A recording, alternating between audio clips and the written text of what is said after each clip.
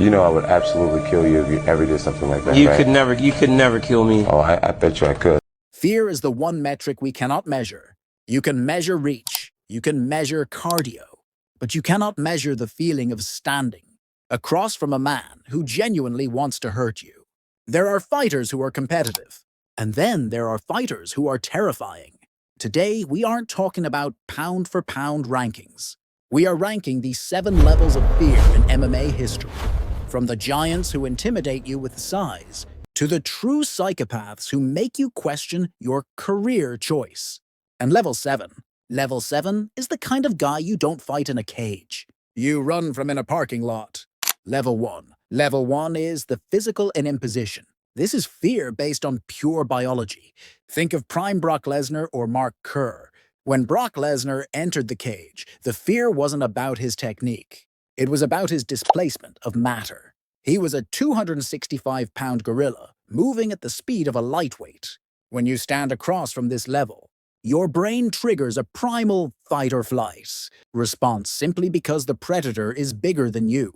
It is the fear of being mauled by an animal that doesn't even know its own strength. Level 2.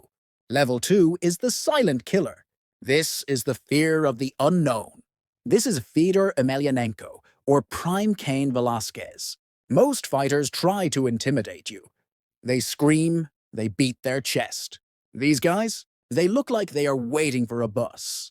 Fedor's expression never changed. He didn't look angry. He looked bored, and that is terrifying. It's the shark eyes phenomenon. You realize that to them, hurting you isn't emotional. It's just a job. And they are very, very good at their job. Level 3. Level 3 is the executioner. This is fear based on inevitability. This is Mirko Cro Cop. You knew exactly what he was going to do. He told you, right leg hospital, left leg cemetery. The fear here comes from the anticipation. You spend the entire fight terrified of one specific limb. It creates a claustrophobic panic where you are circling away from the left high kick, only to realize there is nowhere to go. It is the feeling of walking toward a firing squad. Level 4. Level 4 is the savage. This is Wanderlei, Silva, and Pride. This isn't about technique.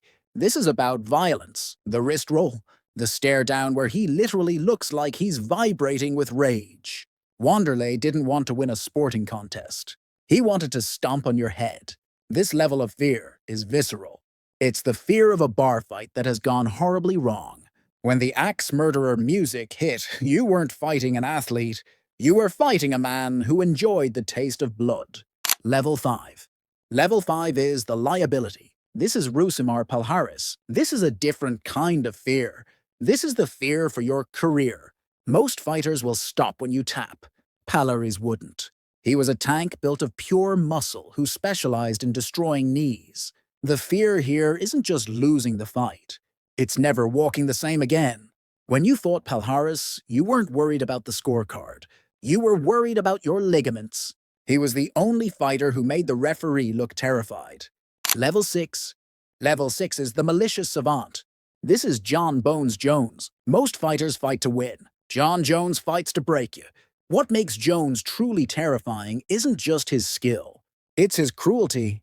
He is the smartest fighter in history, but he uses that IQ to inflict maximum suffering. The oblique kicks to permanently damage your knees. The shoulder crank on Glover Teixeira, where you could literally see him torque the joint. The scariest moment? When he choked out Lyoto Machida. He didn't just submit him. He squeezed until the life left Machida's eyes, and then dropped his unconscious body to the floor, like a sack of trash to go celebrate. He has the dark triad personality. He is charming, he is unpredictable, and inside the octagon, he is absolutely heartless.